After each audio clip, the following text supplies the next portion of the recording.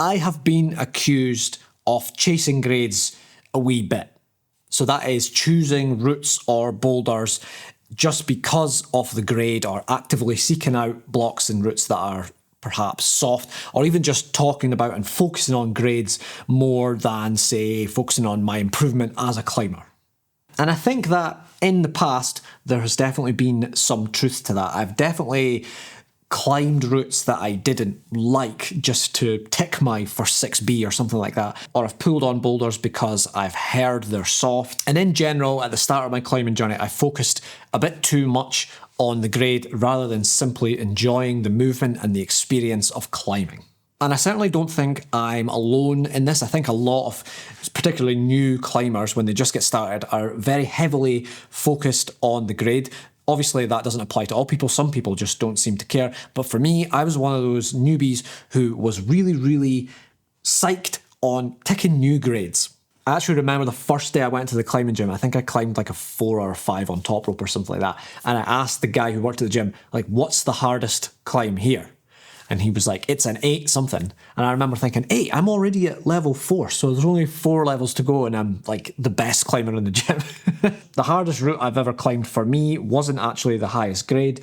My favourite experience climbing wasn't the hardest grade I've climbed, and the routes and blocks I've learned most from weren't the highest grades that I've climbed. So the question is, do grades even matter at all? Like, does any of this matter? Why do I or any other climber out there even care about grades, and is there any benefit to actually focusing on grades in any way? I think the answer is yes, but let's talk about it.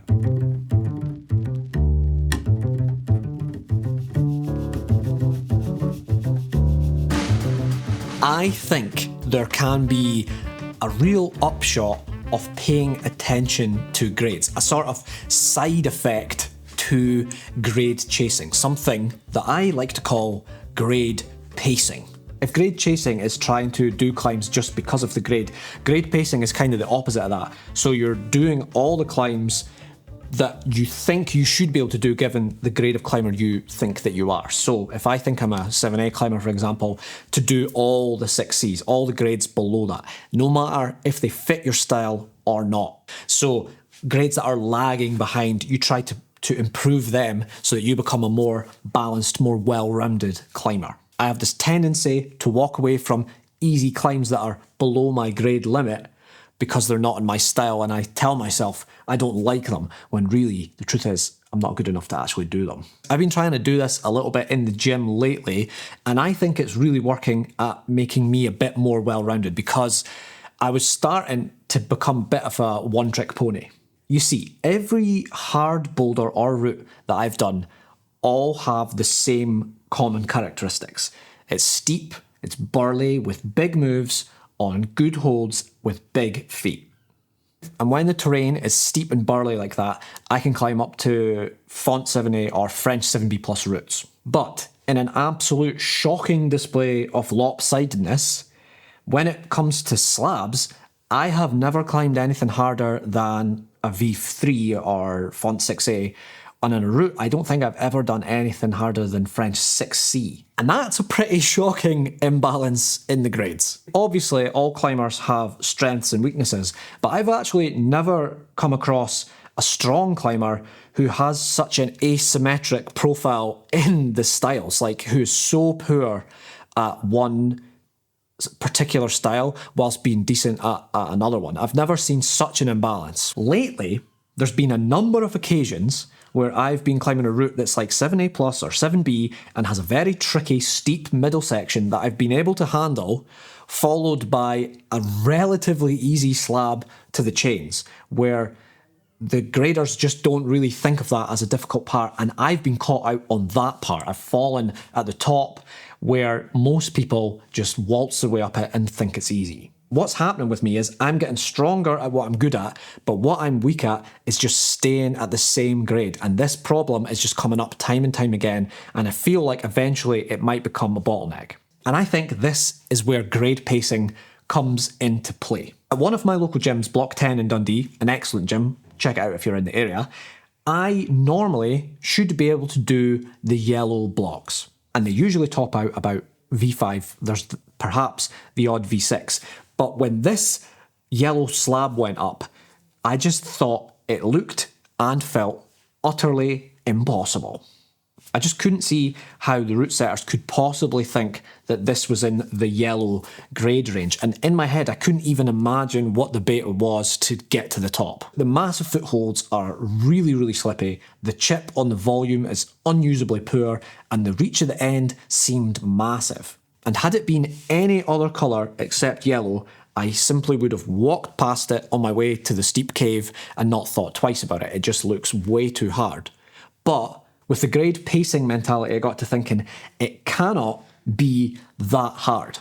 It's yellow, so it should be within my reach, because normally I can do some of the other yellows. The only piece of evidence that was convincing me that this was actually possible for me to do was, in fact, the grade, or in this case, the colour that the route setters had given it. And so to become a more well-rounded climber, I thought it would be a really good milestone to be able to do yellow in this gym in any capacity. So crimps, dynos, big moves, and slabs.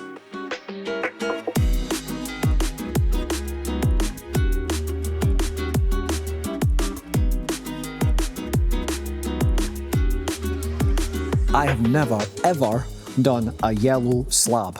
I don't like trusting my feet, and this is the most trusty-footy slab I've ever come across. So you start on this very sloped volume. First foothold is this very sloped, dirty yellow foothold. Then you also have to stand on this even more slopey thing, grip that volume. And finally, the final foothold is this tiny little sloped chip. Both hands here to start, then I can get onto this, and I think I need to press down. Oh, I don't like it.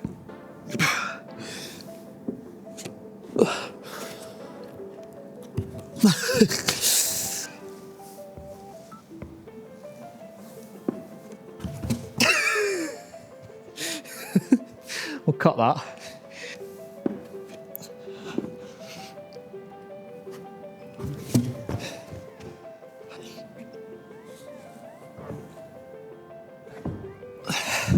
Ah, the confidence is not there.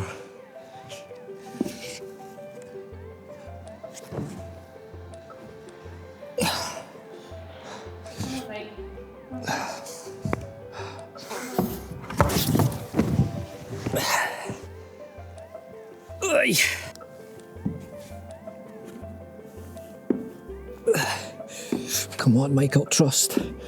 Trust. Trust.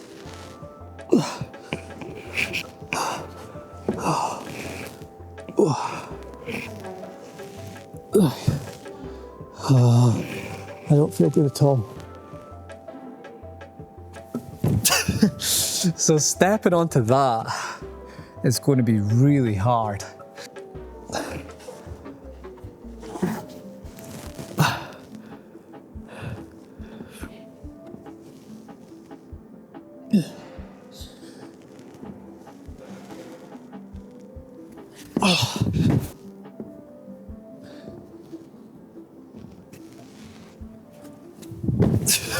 How am I going to do that?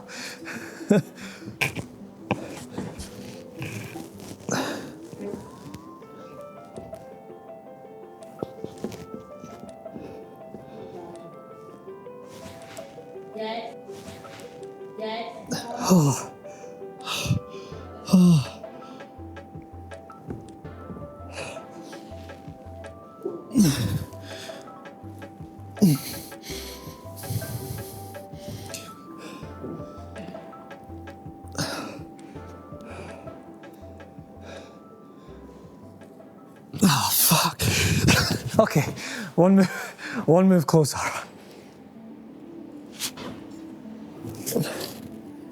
Fuck.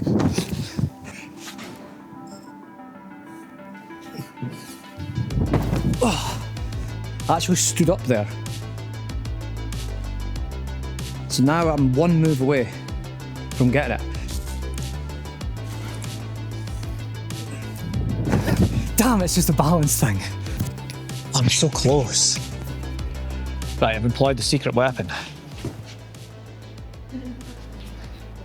Frowned upon, but totally legit.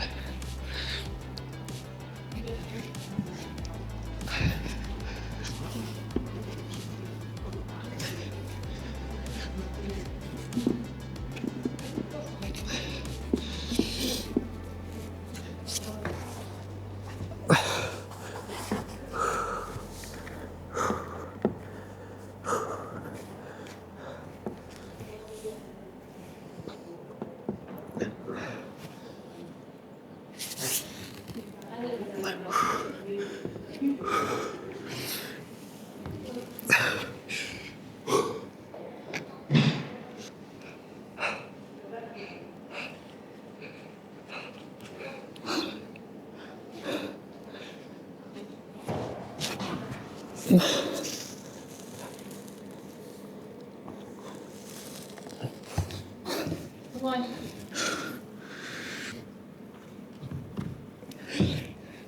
Yes!